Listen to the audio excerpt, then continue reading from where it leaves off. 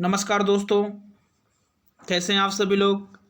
आशा करते हैं कि आप सभी लोग ठीक, स्वस्थ एवं अच्छे होंगे। दोस्तों आज की इस क्लास में हम लोग अक्षांश और देशांतर से संबंधित महत्वपूर्ण प्रश्नों को देखेंगे दोस्तों, जो कि आपके परीक्षा के दृष्टि से दोस्तों अति महत्वपूर्ण प्रश्न होंगे। तो दोस्तों अगर अभी तक आपने हमारे चैनल STRP कोचिंग क्लासेस के यूट्यूब चैनल को सब्सक्राइब नहीं किया है दोस्तों, तो चैनल को जरूर सब्सक्राइब कर लें और बेल आइकन को जो प्रेस कर दें, जिससे कि आपको क्लास से संबंधित सभी प्रकार की नोटिफिकेशन समय पर प्राप्त हो सके। और आज की क्लास जो होगी दोस्तों, वो आपके परीक्षा की दृष्टि से दोस्तों अति महत्वपूर्ण क्लास होगी। ठीक है, आज का मोटिवेशनल कोड दोस्तों जो कि आपकी स्क्रीन के सामने है, क्या है, जैसा कि आप सभी लोग देख पा रहे हैं, सफलता कभी अंतिम नहीं होती। सफलता कभी अंतिम नहीं होती, विफलता कभी घातक नहीं होती। विफलता कभी घातक नहीं होती। जो मायने रखता है दोस्तों वो क्या है, वो है साहस। जो मायने रखता है वो है दोस्तों क्या, साहस। तो चलिए दोस्तों इसी मोटिवेशनल कोड के अनुसार हम लोग अपनी क्लास को आगे बढ़ाते हैं। और आज की क्लास का पहला क्वेश्चन जो कि आपकी स्क्रीन के सामने आ रहा है दोस्तों, पहला क्वेश्चन देखेंगे आप सभी लोग। निम्नलिखित तिथियों में से किस पर ग्रीष्म अयनांत होता है। यह आपको कमेंट करके इस क्वेश्चन का आंसर बताना है। बताएं दोस्तों इस क्वेश्चन का आंसर क्या होगा। निम्नलिखित तिथियों में से किस पर ग्रीष्म अयनांत होता है। 22 दिसंबर पहला विकल्प है दोस्तों। दूसरा विकल्प है आपका 21 मार्च। तीसरा है दोस्तों 23 सितंबर। और चौथा है 21 जून। तो आप सभी लोग इस क्वेश्चन का आंसर कमेंट करें। और आप सभी लोग एक बार इस वीडियो को अपने दोस्तों के साथ भी शेयर करें, जिससे कि वो भी इस क्लास में जुड़कर इस क्लास का लाभ ले सके। तो आप सभी लोग एक बार इस वीडियो को शेयर करें और अपनी संख्या को बढ़ाएं दोस्तों अगर बात करते हैं निम्नलिखित तिथियों में से किस पर ग्रीष्म अयनांत होता है, तो जैसा कि आप सभी को पता है कि 21 जून। इस क्वेश्चन का जो आंसर हो जाएगा दोस्तों वह क्या हो जाएगा, आपका डी नंबर विकल्प 21 जून। ठीक है दोस्तों, आइए दोस्तों हम लोग इसको जानते हैं। तो आप सभी लोग नोट करते हुए चलें दोस्तों। ठीक है, जैसा कि आप सभी को पता भी है दोस्तों कि 21 जून को दोस्तों 21 जून को सूर्य 21 जून को सूर्य कर्क रेखा पर लंबवत कर्क रेखा पर लंबवत चमकता है। ठीक है दोस्तों, क्या होता है, लंबवत चमकता है। और परिणाम स्वरूप क्या होता है दोस्तों, उत्तरी गोलार्ध में परिणाम स्वरूप उत्तरी गोलार्ध में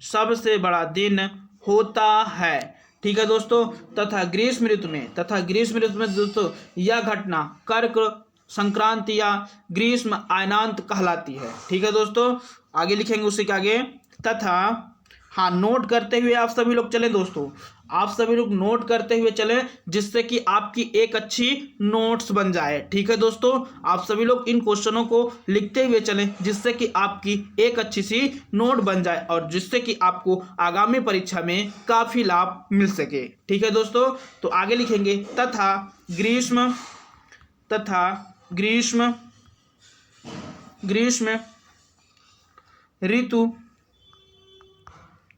ऋतु होती है। यह घटना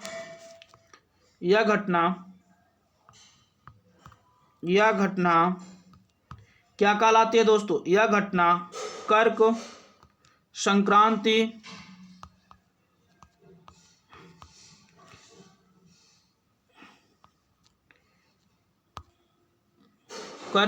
संक्रांति या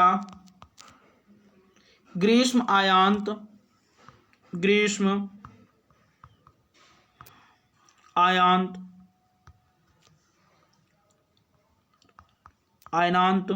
कहलाती है। ठीक है दोस्तों, तो क्लियर हो चुका होगा आप सभी लोगों को। एक बार मैं पुनः रिपीट कर दे रहा हूं। 21 जून को सूर्य कर्क रेखा पर लंबवत चमकता है। ठीक है दोस्तों, परिणाम स्वरूप उत्तरी गोलार्ध में सबसे बड़ा दिन होता है। ठीक है, और तथा ग्रीष्म ऋतु होती है। ठीक है दोस्तों, यही घटना कर्क संक्रांति या ग्रीष्म आयनांत कहलाती है। ठीक है दोस्तों, क्लियर हो चुका होगा। तो इस क्वेश्चन का जो आंसर हो जाएगा वह क्या होगा आपका डी नंबर दोस्तों, 21 जून। ठीक है, नोट डाल के उसी के नीचे लिखेंगे, उसी के नीचे नोट डाल के लिखेंगे 22 दिसंबर, नोट डाल के लिखेंगे उसी के नीचे दोस्तों 22 दिसंबर 22 दिसंबर 22 दिसंबर को सूर्य 22 दिसंबर को सूर्य मकर रेखा पर लंबवत मकर रेखा पर लंबवत चमकता है, लंबवत चमकता है। ठीक है दोस्तों, और परिणाम स्वरूप क्या होता है दोस्तों, उत्तरी गोलार्ध में परिणाम स्वरूप उत्तरी गोलार्ध में परिणाम स्वरूप उत्तरी गोलार्ध में परिणाम स्वरूप उत्तरी गोलार्ध में उत्तरी गोलार्ध में सबसे छोटा दिन सबसे छोटा दिन होता है, सबसे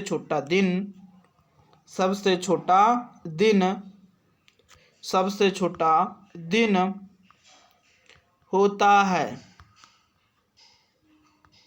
तथा शीत ऋतु होती है। कौन सी ऋतु होती है दोस्तों, शीत ऋतु होती है तथा, हाँ लिखेंगे आप सभी लोग, तथा शीत ऋतु होती है। ठीक है दोस्तों, क्लियर हो चुका होगा आप सभी लोगों को। चलिए अगले क्वेश्चन की बात करते हैं दोस्तों। अगला क्वेश्चन जो कि आपकी स्क्रीन के सामने आ रहा है दोस्तों, और बहुत ही अच्छा क्वेश्चन है। क्या है क्वेश्चन दोस्तों, देखेंगे आप सभी लोग। भूमध्य रेखा नहीं गुजरती है, भूमध्य रेखा नहीं गुजरती है उत्तरी अमेरिका से होकर, दक्षिणी अमेरिका से होकर, अफ्रीका से होकर, उपरोक्त में से कोई एक महाद्वीप। तो आप सभी लोग कमेंट करें दोस्तों, इस क्वेश्चन का आंसर क्या होगा। ऑफलाइन क्लास में इसको दोस्तों आप सभी लोगों को पढ़ाया गया है। ठीक है, तो कमेंट करें आप सभी लोग, भूमध्य रेखा नहीं गुजरती है उत्तरी अमेरिका से होकर, दक्षिणी अमेरिका से होकर, अफ्रीका से होकर, उपरोक्त में से कोई एक महाद्वीप। ठीक है दोस्तों, तो आप सभी लोग कमेंट करें, हाँ कमेंट करें, आप सभी लोग बताएं। हाँ देखते हैं कितने लोगों का आंसर आता है दोस्तों। आप सभी लोग कमेंट करें, आप सभी लोग कमेंट करो, और एक बार इस वीडियो को अपने दोस्तों के साथ भी शेयर करें, जिससे कि वो भी इस क्लास में जुड़कर इस क्लास का लाभ ले सके। ठीक है दोस्तों, और अगर अभी तक आपने हमारे चैनल STRP कोचिंग क्लासेस के यूट्यूब चैनल को सब्सक्राइब नहीं किया दोस्तों, तो चैनल को जरूर सब्सक्राइब कर लें और बेल आइकन को जरूर प्रेस कर दें, जिससे कि आपको क्लास से संबंधित सभी प्रकार की नोटिफिकेशन समय पर प्राप्त हो सके। ठीक है दोस्तों, हाँ तो कमेंट करें आप सभी लोग इस क्वेश्चन का आंसर। हाँ बिल्कुल सही दोस्तों, जैसा कि आप सभी लोग बता रहे हैं कि भूमध्य रेखा नहीं गुजरती है, तो दोस्तों भूमध्य रेखा नहीं गुजरती है दोस्तों कहाँ से, उत्तरी अमेरिका से होकर। भूमध्य रेखा नहीं गुजरती है दोस्तों उत्तरी अमेरिका से होकर। ठीक है दोस्तों, क्योंकि भूमध्य रेखा पृथ्वी के 0 डिग्री अक्षांश को कहते हैं। ठीक है दोस्तों, क्योंकि लिखेंगे आप सभी लोग, नोट करके लिखेंगे आप सभी लोग, नोट करके लिखें दोस्तों, आप सभी लोग नोट डालें और लिखें भूमध्य रेखा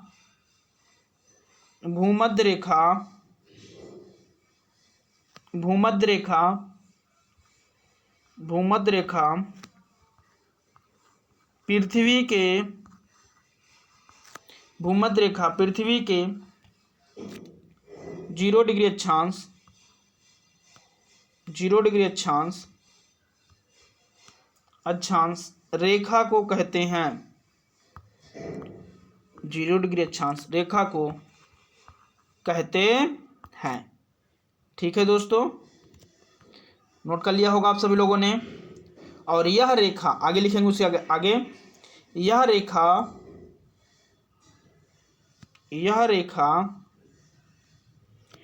तीन महाद्वीपों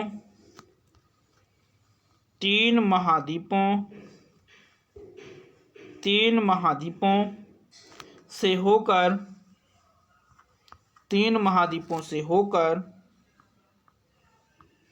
होकर 13 देशों से, कितने देशों दोस्तों? 13 देशों से, 3 महाद्वीप से होकर 13 देशों से गुजरती है। कितने देशों से दोस्तों?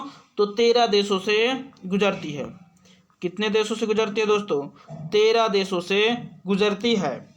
ठीक है, भूमध्य रेखा 3 महाद्वीपों से होकर दोस्तों 13 देशों से होकर गुजरती है। ठीक है, और यह 3 महाद्वीप कौन कौन से हैं दोस्तों? यह 3 महाद्वीप कौन कौन से हैं? तो लिखेंगे तीनों महाद्वीप। पहला आपका जो महाद्वीप है दोस्तों, महाद्वीप जो आपका पहला है दोस्तों वह क्या है? दक्षिणी अमेरिका। कौन सा है दोस्तों? तो दक्षिण अमेरिका। ठीक है दोस्तों, कौन सा है? तो दक्षिण अमेरिका है। ठीक है, दूसरा क्या है दोस्तों? दूसरा है अफ्रीका। दूसरा क्या है दोस्तों?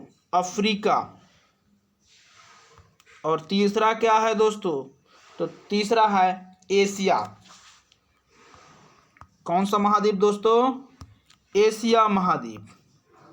ठीक है, एशिया महाद्वीप। ठीक है दोस्तों, और भूमध्य रेखा जैसा कि अभी मैंने बताया कि भूमध्य रेखा उत्तरी अमेरिका से होकर नहीं गुजरती है। ठीक है दोस्तों, यह 3 महाद्वीपों कौन कौन? दक्षिणी अमेरिका, अफ्रीका और एशिया महाद्वीपों से होकर गुजरती है, लेकिन दोस्तों भूमध्य रेखा उत्तरी अमेरिका से होकर नहीं गुजरती है। ठीक है, नोट कर लिया होगा आप सभी लोगों ने। और इस क्वेश्चन का जो आंसर हो जाएगा दोस्तों वह क्या हो जाएगा? वह आपका भूमध्य रेखा नहीं गुजरती है। तो भूमध्य रेखा नहीं गुजरती है दोस्तों, तो कौन सा? उत्तरी अमेरिका से होकर। ठीक है, क्लियर हो चुका होगा आप सभी लोगों को। चलिए अगले क्वेश्चन की ओर बढ़ते हैं। अगला क्वेश्चन दोस्तों जो कि आपकी स्क्रीन के सामने है और बहुत ही अच्छा क्वेश्चन है। आप सभी लोग कमेंट करें दोस्तों। आज की क्लास में जितने भी क्वेश्चन हैं वो आपके परीक्षा की दृष्टि से दोस्तों अति महत्वपूर्ण प्रश्न है। ठीक है, आज के क्वेश्चन सभी दोस्तों आपके परीक्षा की दृष्टि से अति महत्वपूर्ण क्वेश्चन है। तो आप सभी लोग इन क्वेश्चनों का आंसर कमेंट करते हुए चले दोस्तों। ठीक है, चलिए अगले क्वेश्चन की बात करते हैं। अपने कक्षीय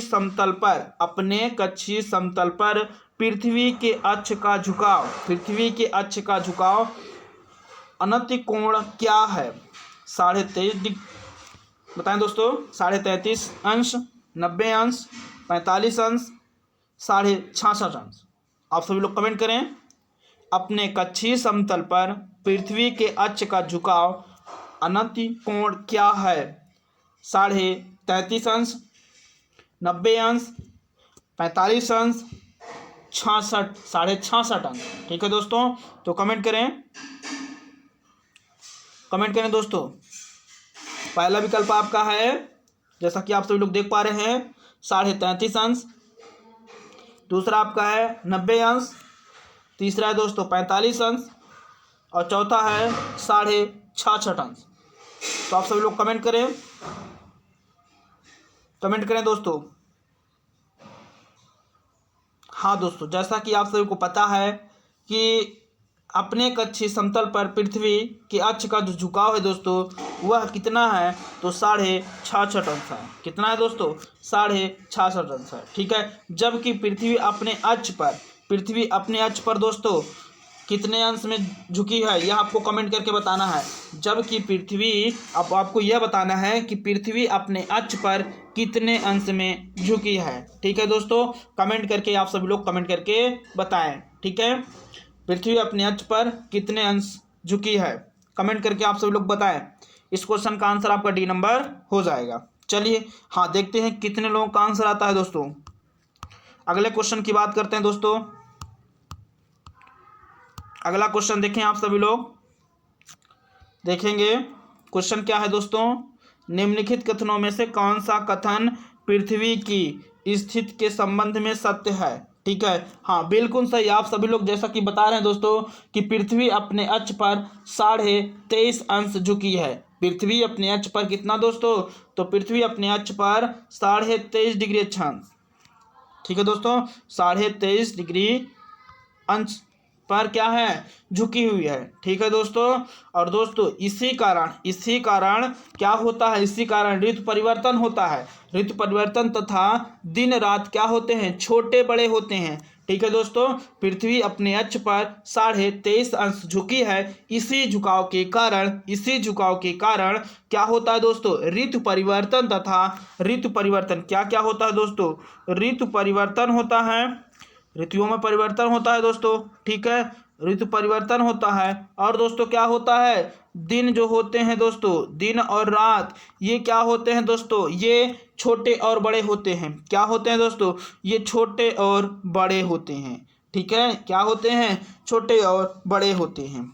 ठीक है, दिन और रात क्या होते हैं दोस्तों, छोटे और बड़े होते हैं। तो क्लियर हो चुका होगा।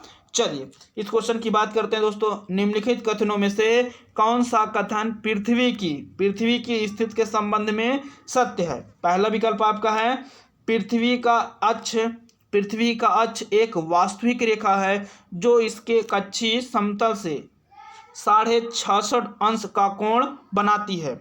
ठीक है दोस्तों, पहला विकल्प है। दूसरा विकल्प आपका क्या है, देखेंगे आप सभी लोग। पृथ्वी का अक्ष एक वास्तविक रेखा है जो इसके कक्षीय समतल से 23.5 अंश का कोण बनाती है। ठीक है, और तीसरा विकल्प क्या है दोस्तों, पृथ्वी का अक्ष एक काल्पनिक रेखा है जो इसके कक्षीय समतल से 66.5 अंश का कोण बनाती है। और डी नंबर विकल्प क्या है दोस्तों, पृथ्वी का अक्ष एक काल्पनिक रेखा है जो इसके कक्षीय समतल से 23.5 अंश का कोण बनाती है। तो कमेंट करें आप सभी लोग दोस्तों, इस क्वेश्चन का आंसर क्या होगा। कमेंट करें आप सभी लोग, देखते हैं कितने लोगों का आंसर आता है। हाँ कमेंट करें आप सभी लोग, अजय, रंजीत, ब्रजेश, अनुराग। हाँ आप सभी लोग कमेंट करें दोस्तों, आप सभी लोग कमेंट करें। हाँ कमेंट करें आप सभी लोग। बिल्कुल सही दोस्तों, बिल्कुल सही। हाँ कुछ लोगों का आंसर आ रहा है दोस्तों, बिल्कुल सही, बिल्कुल सही दोस्तों। अगर बात करते हैं इस क्वेश्चन का, तो इस क्वेश्चन का जो आंसर हो जाएगा दोस्तों वह क्या होगा, इस क्वेश्चन का जो आंसर हो जाएगा वो आपका सी नंबर बिल्कुल सही हो जाता है। पृथ्वी का अक्ष एक काल्पनिक रेखा है, पृथ्वी का अक्ष एक काल्पनिक रेखा है जो इसके कक्षीय समतल से 66.5 अंश का कोण बनाती है। ठीक है दोस्तों, तो क्लियर हो चुका होगा। ठीक है, चलिए हाँ इसको आप सभी लोग नोट करते हुए चलेंगे दोस्तों। ठीक है, लिखेंगे आप सभी लोग। पृथ्वी का अक्ष लिखें, पृथ्वी का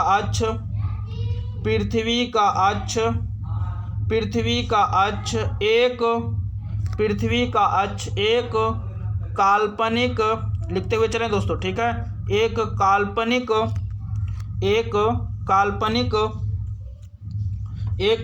रेखा है, एक काल्पनिक रेखा है जो इसके कक्षीय समतल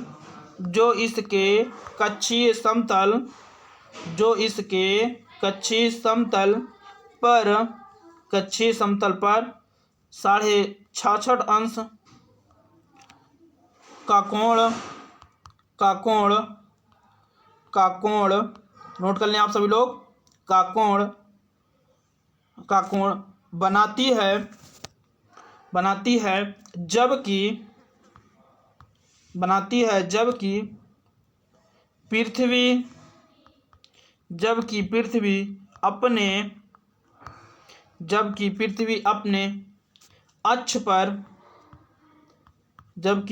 अपने अक्ष पर 23.5 अंश के कोण पर झुकी हुई है।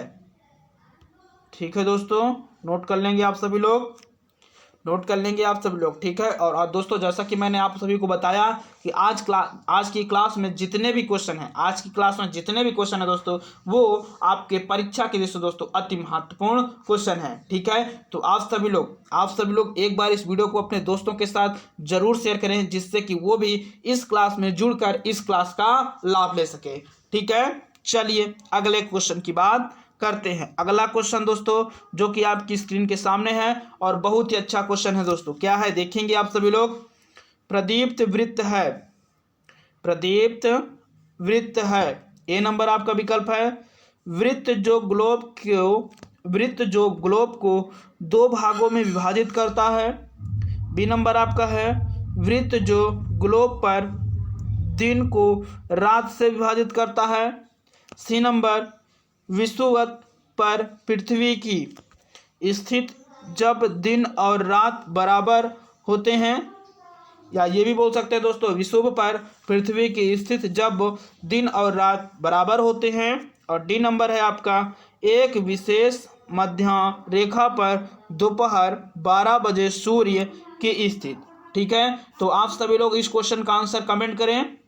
प्रदीप्त वृत्त है, कमेंट करें दोस्तों, जैसा कि मैंने आपको बताया भी था। कमेंट करें आप सभी लोग, कमेंट करें दोस्तों। हाँ, आपको ऑफलाइन क्लास में बताया गया है, आप सभी लोग कमेंट करें दोस्तों। बहुत ही अच्छा क्वेश्चन है, बहुत ही अच्छा क्वेश्चन है दोस्तों। कमेंट करें ब्रिजेश, अनुराग, अजय, रंजीत, हाँ कमेंट करें आप सभी लोग बच्चे, ठीक है। आप सभी लोग कमेंट करें, हाँ कमेंट करें आप सभी लोग। बिल्कुल सही दोस्तों, बिल्कुल सही, बिल्कुल सही, बिल्कुल सही आप सभी लोग बता रहे हैं दोस्तों। क्या होगा इस क्वेश्चन का आंसर, इस क्वेश्चन का आंसर क्या हो जाएगा दोस्तों, तो नोट करके लिखेंगे आप सभी लोग। प्रदीप्त, प्रतिदीप्त लिखेंगे आप सभी लोग, प्रतिदीप्त लिखेंगे आप सभी लोग। प्रतिदीप्त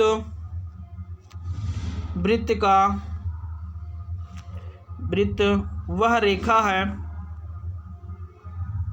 प्रदीप्त वृत्त का वह रेखा है जो दिन व रात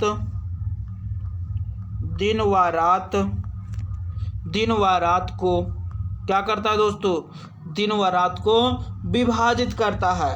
दिन व रात को क्या करता है दोस्तों, विभाजित करता है। क्या करता है, विभाजित करता है। क्या करता है दोस्तों, विभाजित करता है, ठीक है। तो इस क्वेश्चन का जो आंसर हो जाएगा वह दोस्तों क्या हो जाएगा आपका, क्या हो जाएगा वह आपका दोस्तों बी नंबर बिल्कुल सही हो जाता है, ठीक है। बी नंबर आपका जो विकल्प है दोस्तों वह बिल्कुल सही हो जाता है, ठीक है।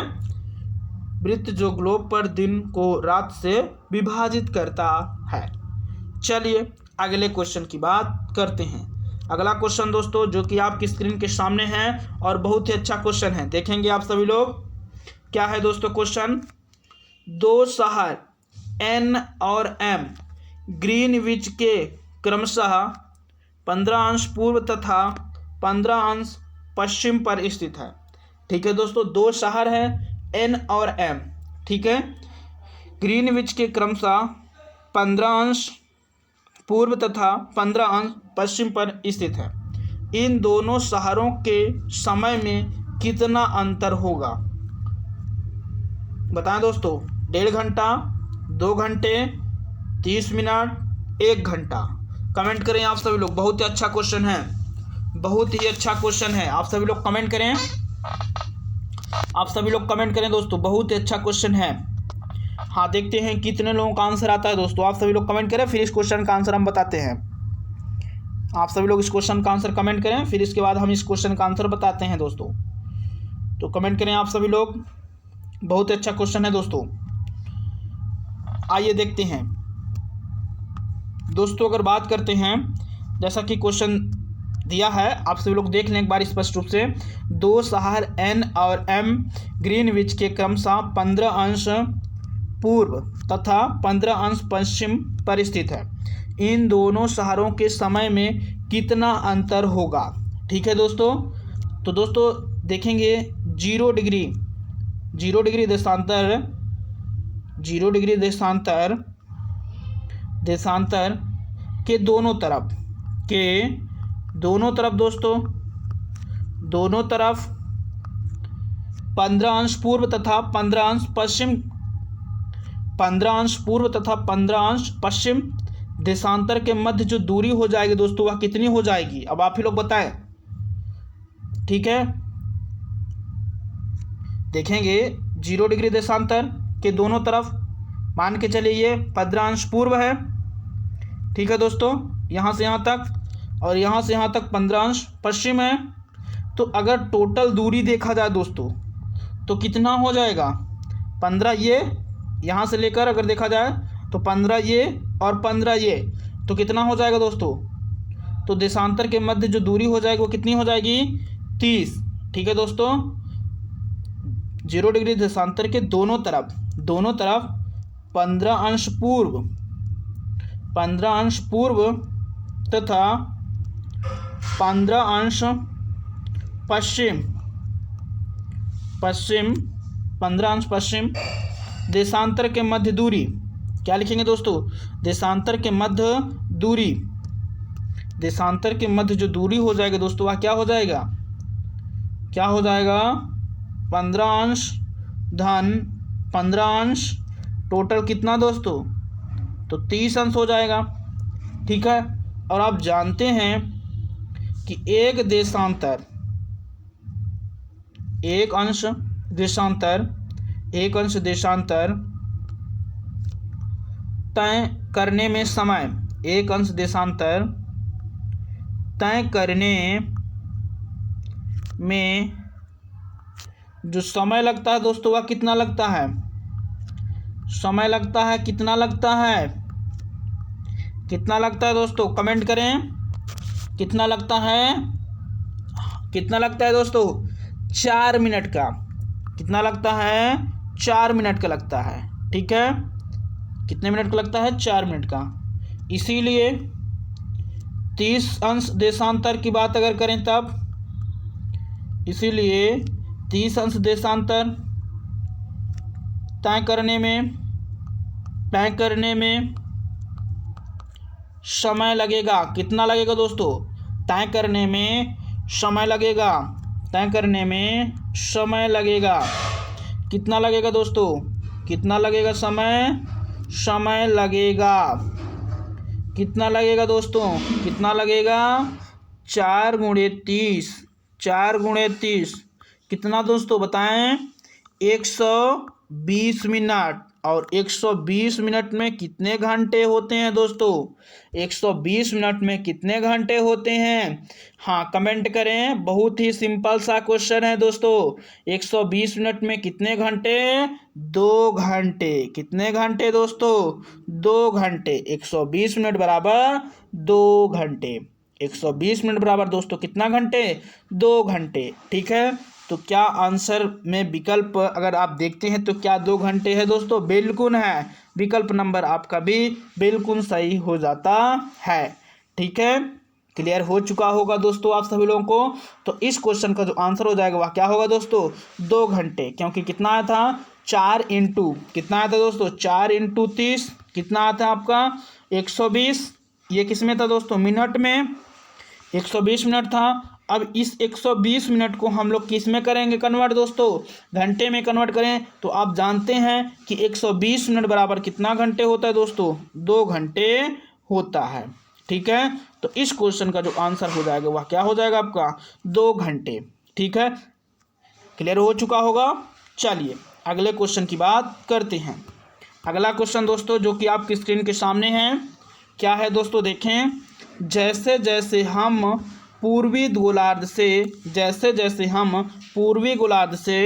पश्चिमी गोलार्ध की ओर जाते हैं, जैसे जैसे हम पूर्वी गोलार्ध से पश्चिमी गोलार्ध की ओर जाते हैं, देशांतर रेखाओं का आकार क्या होता है दोस्तों?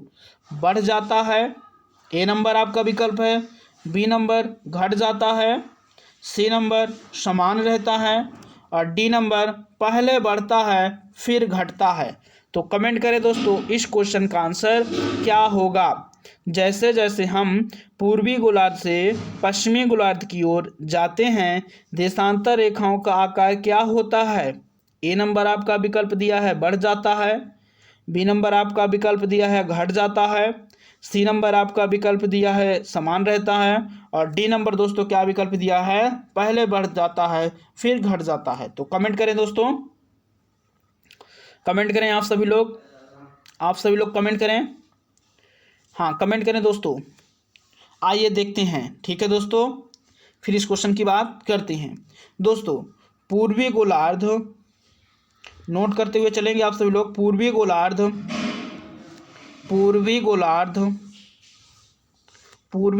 से पश्चिमी गोलार्ध, पूर्वी गोलार्ध से पश्चिमी गोलार्ध, पूर्वी गोलार्ध से पश्चिमी गोलार्ध, पश्चिमी गोलार्ध की ओर,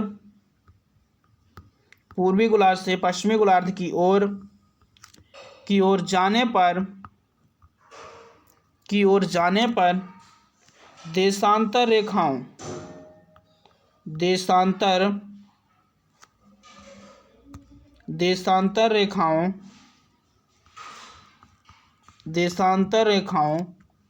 का आकार क्या रहता है दोस्तों? देशांतर रेखाओं का जो आकार है, देशांतर रेखाओं का जो आकार है दोस्तों वह क्या रहता है? आकार समान रहता है। आकार क्या रहता है दोस्तों? आकार समान रहता है। क्या रहता है? समान रहता है।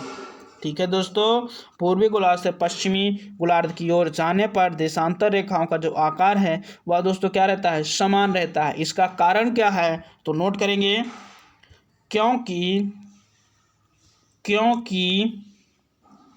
प्रत्येक